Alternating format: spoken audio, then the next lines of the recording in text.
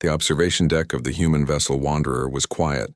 except for the soft breathing of dragons, and Captain Amy Rodriguez sat in her chair watching the massive Krathon flagship through the viewscreen, while her fingers tapped a rhythm on the armrest because she had been waiting here for 3 hours, and patience was something humans had learned to practice when dealing with alien empires. Lyris stood by the window with her silver hair flowing down her back like starlight frozen in time, and her amber eyes reflected the cold metal of the enemy ship, and she wore simple clothing that humans had given her 2 centuries ago when she arrived on Earth as the last survivor of her world, and the dragons coiled around her body, sensed her tension because they always knew when their companion was remembering the past. Ember was the larger of the 2 dragons, and his scales shifted between deep purple and burning gold, depending on how the light caught them, and he stretched his wings, which could spread wide enough to fill half the cabin, and his eyes glowed with ancient intelligence as he watched the Krathon vessel, and wisps of smoke curled from his nostrils. Because dragons never forgot an enemy, Ash was smaller, and preferred to nest in Lyris's hair, where the silver strands provided warmth and comfort, and her scales were darker like storm clouds before rain, and she chirped softly as she communicated with Ember in the language that only dragons understood, and both of them knew what was about to happen, because they had been preparing for this moment for a very long time. Amy checked the chronometer again and smiled, because the Krathon War Council was right on schedule, and humans had spent months studying the Empire's patterns and behaviors, and they knew exactly when the Council would meet and exactly what they would discuss. And this was the advantage that came from being patient and observant. While others were busy being arrogant, the communication system crackled to life, and Amy could hear the voices of hundreds of Krathon officers and diplomats gathering in their grand conference hall, and the translator converted their clicking and hissing into words that humans could understand, and she adjusted the volume so that Lyris could hear everything clearly. Lyris tilted her head, and her pointed ears twitched as she listened, and Ember growled low in his throat, and Ash became very still because they all recognized the tone and the words and the promises of conquest that the Krathon were making, and it was the same speech that the Empire had given 200 years ago when they came to the elf world. The Krathon Admiral Vexar began speaking, and his voice was full of pride and certainty as he described the human species as primitive and weak, and he told the War Council that humanity had rejected the Empire's generous offer of subjugation, and therefore they must be crushed and absorbed into the Empire, like all the other lesser species. Amy's smile grew wider because every word the Admiral spoke was being recorded and transmitted back to Earth, and to every human military installation across 3 star systems, and the Krathon had no idea that they were performing for an audience, and this was exactly what the human diplomatic corps had hoped would happen. Lyris closed her eyes and took a deep breath, and Amy could see the elf woman's hands trembling slightly because this was personal for her in ways that humans could understand but never truly feel. And the dragons sensed their companion's pain, and Ember pressed his warm body against her leg, while Ash nuzzled her cheek with a scaled snout. The War Council erupted in cheers as Admiral Vexar displayed holographic images of human colonies and described how easily they would fall, and he showed diagrams of Earth's defenses and pointed out all the weaknesses that Krathon intelligence had identified, and the assembled dignitaries raised their weapons and shouted their approval. Amy leaned forward, and her fingers hovered over the communication controls because timing was everything. In moments like this, and humans had learned that the best time to reveal your presence was when your enemy was most confident and most vulnerable, and right now the Krathon believed they were invincible. Lyris opened her eyes and looked at Amy and nodded once, and it was a gesture that carried 2 centuries of grief and determination and the promise of justice that had been delayed but never forgotten, and Ember spread his wings and Ash climbed onto Lyris's shoulder, and both dragons stared at the viewscreen with eyes that burned like small suns. The Krathon Admiral continued his speech and described the timeline for the invasion and how long it would take to conquer humanity, and he assured the War Council that within 6 months the human species would be either extinct or enslaved, and the Empire would claim all of their resources and technology. Amy watched the tactical display that showed the positions of every Krathon vessel in the Armada, and she noted their formations and their weapon configurations, and she compared it to the intelligence reports that human scouts had been gathering for months, and everything matched perfectly, because the Krathon were predictable when they thought they were safe. The War Council began voting on the declaration of war, and one by one, the representatives from conquered worlds raised their hands or appendages or whatever they used to signal agreement, and the holographic tally climbed higher and higher until it reached the threshold needed for unanimous approval. Admiral Vexar declared that the vote was complete and that the Krathon Empire was now officially at war with humanity, and he ordered his fleet commanders to begin preparations for the invasion and to ready their weapons and to prepare their soldiers for glorious conquest. Emmy took a deep breath and glanced at Lyris one more time, and the elf woman's face was calm, but her eyes blazed with fire that matched the dragon's, and she whispered something in the ancient language of her people, and Ember and Ash responded with sounds that were both beautiful and terrible. The captain's fingers moved across the controls, and she opened a communication channel that would broadcast directly to the Krathon flagship and to every vessel in their armada, and she made sure the signal was strong and clear and impossible to ignore or block. Then, Amy Rodriguez smiled and spoke in a voice that was friendly and casual and completely unconcerned, and she said hello to the Krathon War Council and mentioned that she had been listening to their very interesting conversation. The silence that followed. Amy's greeting was the kind of silence that happens when an entire room of people suddenly realizes something has gone terribly wrong, and the Krathon War Council froze in their seats, and their holographic displays flickered as their sensor operators scrambled to locate the source of the human transmission. Admiral Vexar's forearms spread wide in confusion and anger as he demanded to know how a human vessel had penetrated their security perimeter, and his mandibles clicked rapidly in a pattern that Amy's translator identified as extreme agitation, and the other council members began shouting questions and accusations at each other. Amy leaned back in her chair and crossed her legs, and her voice remained cheerful as she explained that the Wanderer had been parked beside their flagship for approximately 3 hours and 14 minutes, and that human stealth technology was really quite good when they wanted to avoid being noticed. Lyris stepped closer to the communication console, and her presence seemed to fill the small cabin with something ancient and powerful, and Ember raised his head and stared at the view screen with eyes that glowed brighter, and Ash spread her wings and made a sound that was half purr and half growl. The Krathon sensor operators finally located the human ship, and their reports flooded the War Council chamber with panic, because the small vessel had been sitting in their primary defensive blind spot, and it had full view of their flagship and their fleet positions, and somehow their advanced detection systems had completely missed it. Amy pulled up a holographic display of her own, and she showed the Krathon exactly where the Wanderer was positioned, and she highlighted all the sensor data she had been collecting for the past 3 hours, and she mentioned casually that she had recorded the entire War Council session, including their vote to declare war on humanity. Admiral Vexar tried to regain control of the situation, and he announced that one small human ship meant nothing, and that the Empire would simply destroy it and continue with their invasion plans, and his voice carried the confidence of someone who commanded thousands of vessels and millions of soldiers. But Amy just laughed, and it was a genuine laugh full of amusement, and she told the Admiral that destroying her ship would be a very bad idea, and not just because it would mean killing a diplomatic vessel which was against every galactic law, but because of what would happen immediately afterward. Lyris finally spoke, and her voice cut through the chaos of the Krathon War Council like a blade made of ice and moonlight, and she introduced herself by her full name and her family line and the world she came from, and she explained that she was the last of her people, because the Krathon Empire had destroyed everything she loved 200 years ago. The effect was immediate and dramatic because even the Krathon kept records of their conquests, and the elf world had been one of their earliest victories, and it had also been one of their most brutal campaigns. And hearing a survivor speak from beyond what they thought was complete genocide sent waves of shock through the council. Ember roared, and it was not a loud sound, but something that resonated on frequencies that made every Krathon in that conference feel their organs vibrate, and Ash joined her larger companion with a shriek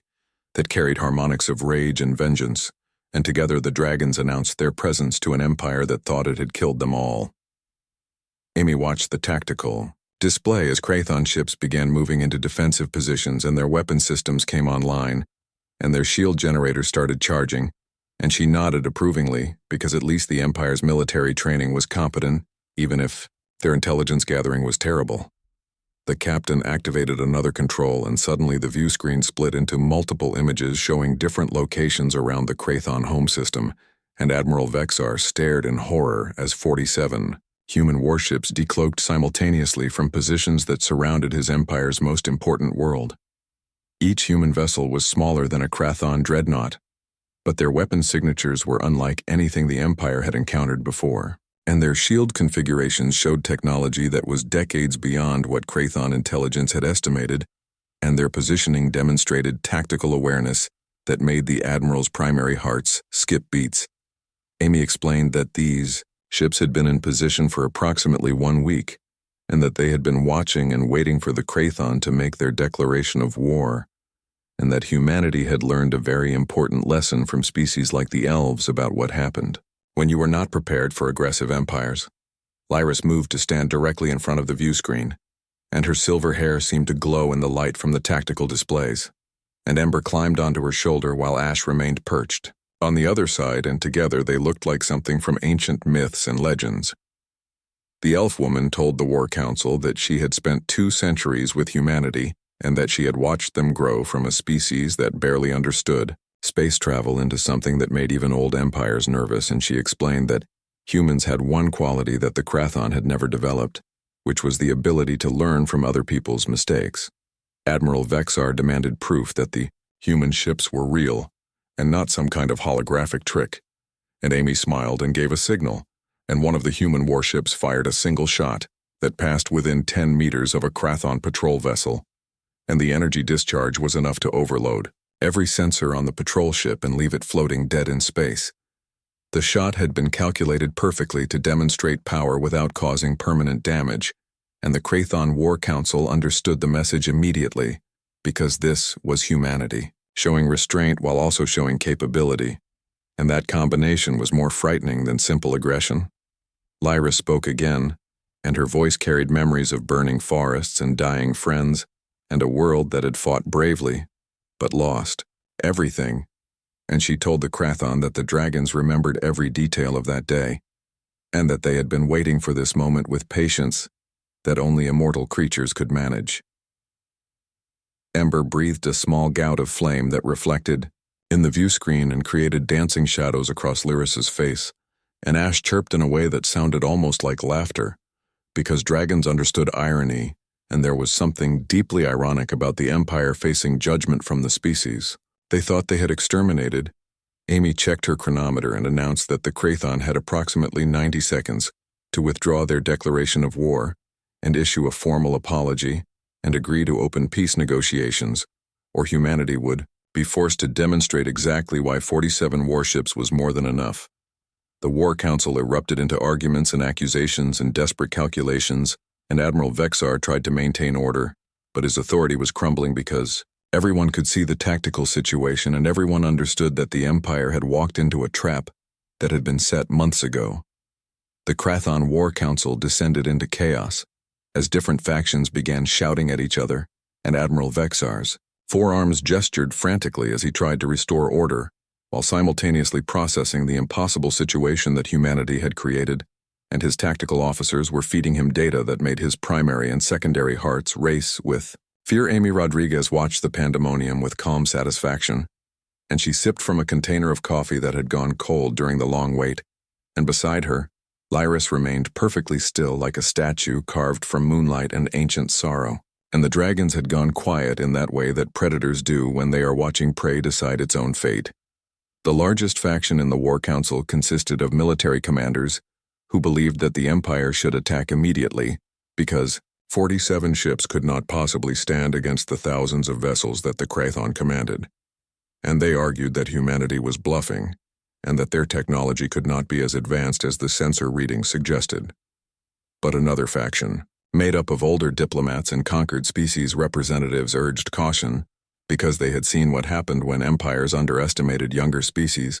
and they pointed out that humanity had demonstrated perfect intelligence gathering and tactical positioning, and that perhaps the Empire should consider that these 47 ships were only what humans wanted them to see.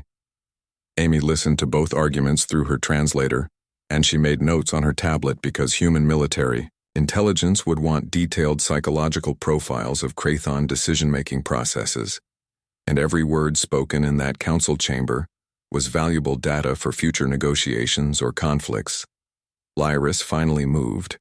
and she walked closer to the view screen until her face nearly touched the display, and she spoke directly to Admiral Vexar in a voice that was soft, but carried the weight of 200 years of survival and loss, and she asked him if he remembered the elf world, and if he had been there when the forests burned. The Admiral's mandibles stopped clicking, and his eyes, which were compound and multifaceted, reflected the light in strange patterns, and he admitted that he had been a junior officer during that campaign, and that he remembered the elves fighting with weapons that seemed to sing, and dragons that burned Krathon ships from the sky. Ember growled and smoke poured from his nostrils in thick streams, and Ash spread her wings wide, and both dragons stared at the Admiral with recognition, because dragons never forgot faces or voices or the smell of enemies, and 2 centuries meant nothing to creatures who could live for thousands of years. Lyris told the Admiral that she had been young when the Krathon came, and that she had watched her family die and her forests burn and her dragons fall from the sky with broken wings and burning scales. And she explained that the only reason she survived was because one dying dragon had used the last of its strength to throw her into an escape pod. The War Council fell silent as Lyris described how she had drifted in space for weeks before a human exploration vessel found her pod and brought her to Earth, and how the humans had given her sanctuary without asking for anything in return, and how they had helped her save the last 2 dragon eggs that she had clutched in her arms. Amy added that humanity had spent considerable time studying the history of the Krathon Empire and its pattern of conquest and subjugation, and they had noticed that the Empire always targeted species that were peaceful or unprepared or too trusting, and that humanity had decided they would not fall into any of those categories. The captain pulled up another display that showed economic data and trade routes and diplomatic communications, and she demonstrated that humanity had been building alliances with dozens of other species for years, and that many of these species were former Krathon subjects who remembered their own lost worlds. Admiral Vexar realized that he was not just facing 47 human warships, but potentially facing a coalition of species that humanity had been organizing specifically to counter Krathon expansion, and his tactical mind understood that this changed everything about the strategic situation. Lyris touched the view screen with her fingertips, and her amber eyes seemed to glow with inner fire, and she told the Admiral that the dragons had made her a promise when they hatched from those eggs, and that promise was that someday the Krathon Empire would answer for what it had done. Ember and Ash both roared together, and the sound was not loud in the physical sense, but it carried through the communication channel, with harmonics that made every Krathon feel something primal and ancient and terrifying, and it was the sound that prey animals hear in their nightmares. Amy glanced at her chronometer and announced that 60 seconds had passed, and that the Krathon now had 30 seconds remaining to make their decision, and she suggested that they consider very carefully what they wanted their empire's legacy to be. The War Council erupted into frantic debate, and several representatives demanded that the Empire withdraw the declaration immediately, while others insisted that showing weakness would encourage other species to rebel, and Admiral Vexar found himself caught between impossible choices. But then one of the older diplomats stood up, and his species had been conquered by the Krathon 300 years ago, and he pointed out that the Empire had always survived by being practical rather than prideful, and that sometimes the strongest action was knowing when to step back. Amy watched as the tide slowly turned in the council chamber, and she could see Admiral Vexar's body language change as he began to accept what his tactical displays were telling him,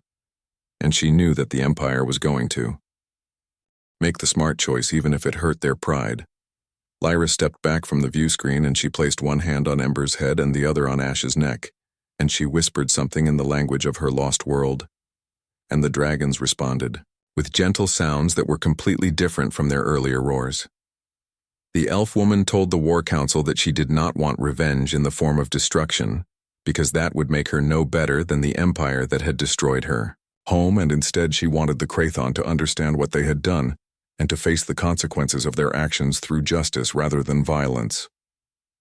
Amy nodded in agreement, and she explained that humanity preferred diplomatic solutions, when possible, but that they were fully prepared for military solutions when necessary, and that the choice belonged entirely to the Krathon Empire. Admiral Vexar raised all four of his arms in a gesture that meant surrender or submission in Krathon culture, and he announced to the War Council that he was recommending immediate withdrawal of the war declaration and formal negotiations with humanity. The vote was quick this time, and nearly unanimous, because even the most aggressive military commanders could see the tactical display and understand that the Empire had been outmaneuvered and outthought, and that continuing down this path would lead to disaster. Amy smiled and told the Admiral that humanity accepted their withdrawal and that diplomatic teams would arrive within 48 hours to begin peace negotiations, and that one of the conditions would be formal recognition of past crimes against species like the elves. The transmission ended, and Amy Rodriguez sat back in her chair and let out a long breath that she had been holding for what felt like hours, and the tension that had been building in her shoulders finally released, and she rolled her neck until it cracked and popped. And then she smiled at Lyris, who was still standing by the view screen. The elf woman turned slowly, and her silver hair moved like water in low gravity, and Ember stretched his wings and yawned, showing teeth that were small but incredibly sharp, and Ash climbed down from Lyris's shoulder and flew in lazy circles around the cabin because the dragons knew that the immediate danger had passed. Amy stood up and walked over to Lyris, and she placed a hand on the elf woman's shoulder and asked if she was all right, and Lyris nodded, but her amber eyes were wet with tears that she had been holding back for 2 centuries, and finally, she was allowing herself to feel. The captain understood that this moment was about more than just preventing a war, and it was about justice for a species that had been erased from the galaxy, and about giving voice to all the victims of the Krathon Empire who had never been able to speak. And Amy knew that Lyris needed time to process everything. Ember landed on the console and folded his wings and looked at Amy with eyes that held intelligence and gratitude, and the dragon made a sound that was almost like a purr. And Amy scratched behind his ears the way she had learned he liked, and Ember leaned into her touch. Ash joined her companion, and both dragons pressed against Amy's hands, and the captain felt the warmth of their scales and the vibration of their breathing. And she understood why Lyris loved these creatures so deeply, because they were not pets but family and friends and the last connection to a world that was gone. The communication system beeped, and Amy returned to her chair and accepted an incoming transmission from Earth, and the face that appeared on the screen belonged to Admiral Katie Morrison, who was the commander of human diplomatic operations, and her expression showed relief mixed with satisfaction. Morrison congratulated Amy on the successful mission and confirmed that all 47 warships had received the stand-down order and were returning to their patrol routes, and she added that the diplomatic teams were already preparing for the negotiations with the Krathon, and that the president herself wanted to thank Amy personally. Amy shrugged and said that she had just done her job, and that the real credit belonged to the intelligence officers who had predicted the Krathon behavior so accurately, and to the engineers who had developed the stealth technology that made the whole operation possible. But Admiral Morrison shook her head and explained that Amy had been chosen for this mission specifically because she understood the importance of what Lyris represented, and because she had the diplomatic skill to handle a situation that could have easily turned into a shooting. War Lyris stepped into view of the camera, and Morrison's expression softened, and the Admiral said that the human government wanted to offer formal support for any efforts to document and preserve elf culture and history, and that Earth's best xenoarchaeologists were ready to help if Lyris wanted them.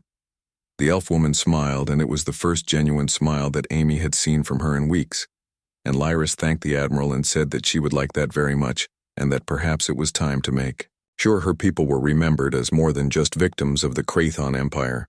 Morrison promised that resources would be allocated and that humanity took its responsibilities to refugee species very seriously,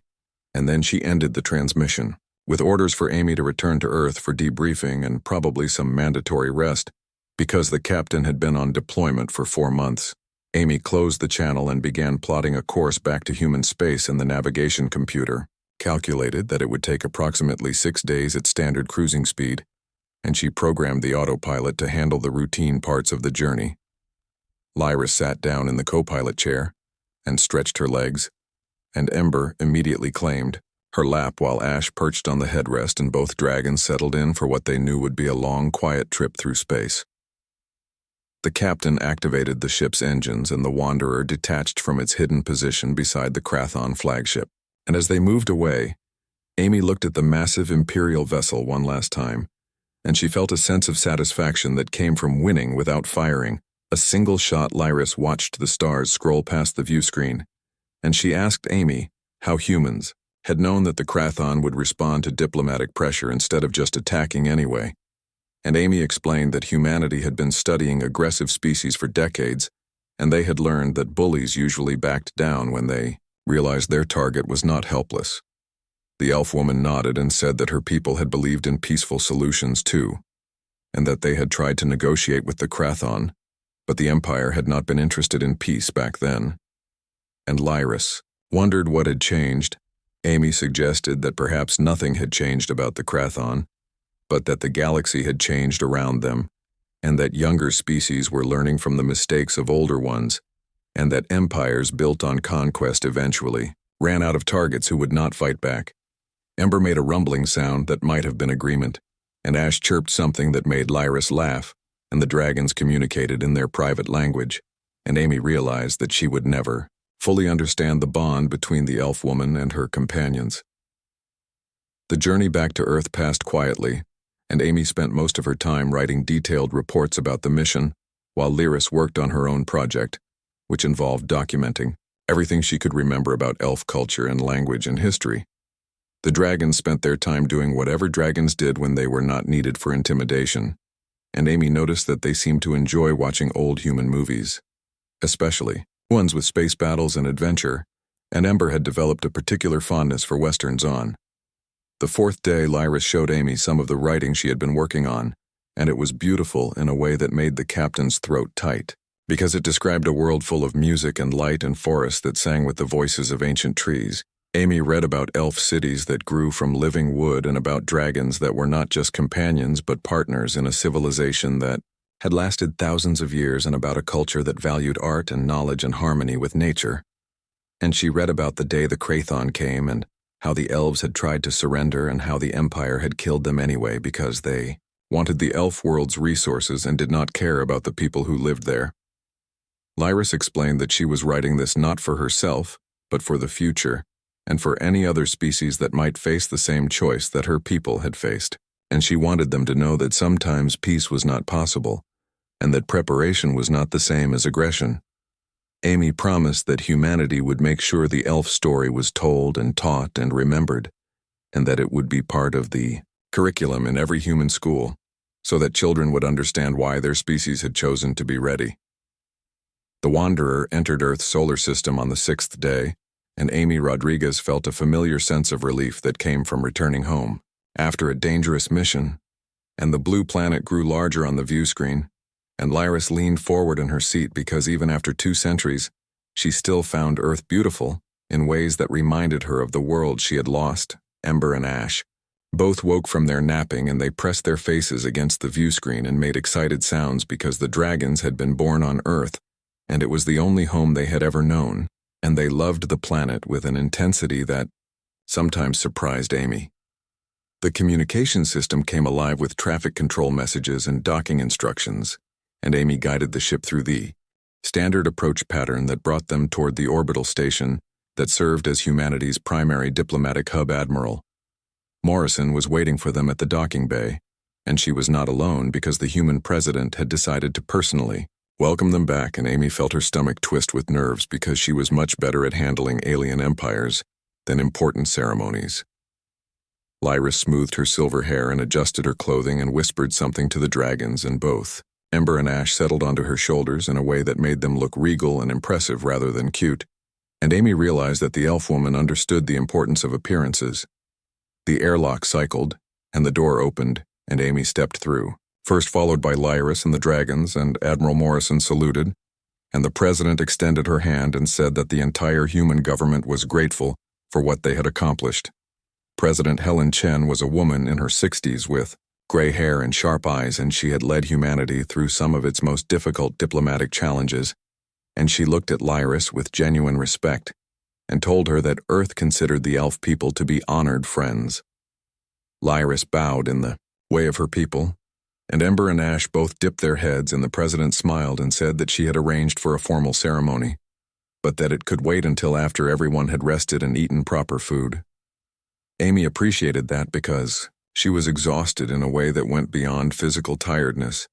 and Lyris looked like she needed time to process everything that had happened, and the dragons were getting restless from being cooped up in a small ship for 6 days. They were escorted to quarters in the diplomatic section of the station, and Amy's room was comfortable and familiar, and she collapsed onto the bed without even removing her boots and slept for 14 hours straight. When she woke up, she showered and changed into clean clothes and made her way to the cafeteria, where she found Lyris sitting by a window, with the dragons eating what looked like fresh fruit and synthetic meat. The elf woman invited Amy to join her, and they ate together in comfortable silence, while watching Earth rotate below them, and Amy noticed that Lyris seemed more relaxed than she had been in months. Ember and Ash finished eating and flew off to explore the station, because the dragons were curious creatures, and the diplomatic section had high ceilings and wide corridors that gave them room to stretch their wings. Lyris told Amy that she had been thinking about what came next,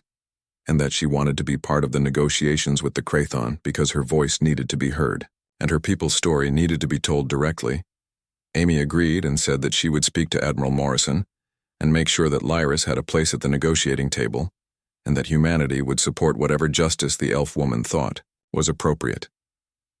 The ceremony happened 2 days later in the main assembly hall, and Amy wore her formal uniform, which she hated because it was stiff and uncomfortable, and Lyris wore a dress that human designers had created based on her descriptions of elf formal wear. The president gave a speech about courage and diplomacy and the importance of standing up to bullies, and she presented Amy with a medal that came with a promotion to commander, and Amy accepted it gracefully, even though she felt awkward standing in front of so many important people. Then the president turned to Lyris, and the entire hall fell silent, and Helen Chen spoke about loss and survival and the responsibility that humanity felt toward species that the Krathon had harmed, and she announced that Earth was establishing a memorial and research center dedicated to preserving elf culture. Lyris tried to thank the president, but her voice broke and tears ran down her face, and Ember and Ash both flew to her and wrapped themselves around her shoulders, and the dragons made sounds that were meant to comfort and protect. The president waited until Lyris had composed herself, and then she said that there was one more thing, and she gestured to the back of the hall, where a group of xenoarchaeologists entered carrying something covered in cloth. The cloth was removed, and underneath was a fragment of carved wood that had been recovered from the debris field where the elf world used to be, and it was part of a tree that had been shaped and grown into living architecture, and it was one of the only pieces of the elf civilization that still existed. Lyris walked slowly toward the fragment, and she placed her hands on the wood and closed her eyes, and Amy saw the elf woman's lips moving in what must have been a prayer or poem in her native language. The dragons flew around the fragment and sang, and it was a sound that nobody in the hall had ever heard before, and it was beautiful and heartbreaking, and it filled the space with something ancient and holy. After the ceremony, Amy and Lyris returned to the diplomatic quarters, and they sat together by the window and watched the stars, and the elf woman thanked Amy for everything and said that for the first time in 2 centuries she felt like her people's death had meaning. Amy said that meaning was something people created through their choices, and that Lyris had chosen to survive and to remember, and to help humanity understand the cost of not being prepared, and that was a gift that could not be measured. The negotiations with the Krathon began the following week, and Lyris sat at the table across from Admiral Vexar and other Empire representatives, and she told them about her world, and her family, and what had been lost. The Krathon listened, and some of them looked ashamed and others looked angry, but they all listened because humanity had made it clear that there would be no treaty without accountability. The Empire agreed to create a fund for reparations to surviving members of conquered species, and to open their historical archives so that the true story of their expansion could be documented, and to accept observers who would monitor their treatment of subject worlds. It was not perfect justice, but it was something, and Lyris told Amy that she could accept it, because the alternative was more war and more death, and she had seen enough of both. Amy received her next assignment 3 months later, and it was another diplomatic mission to another species that was considering conflict with humanity, and Admiral Morrison asked if she wanted Lyris to accompany her. The elf woman agreed immediately, and Ember and Ash expressed their approval by doing loops in the air, and Amy smiled because she had gotten used to having companions who understood what she was trying to accomplish. As the Wanderer prepared to depart Earth, Lyris stood at the view screen one last time and looked at the planet that had given her sanctuary, and she whispered a promise that she would use her second chance to make sure no other species suffered the way her people had. Amy heard the promise and nodded, and together they flew back into the darkness between stars, carrying the memory of a lost world and the hope that the galaxy could learn to be better than its past.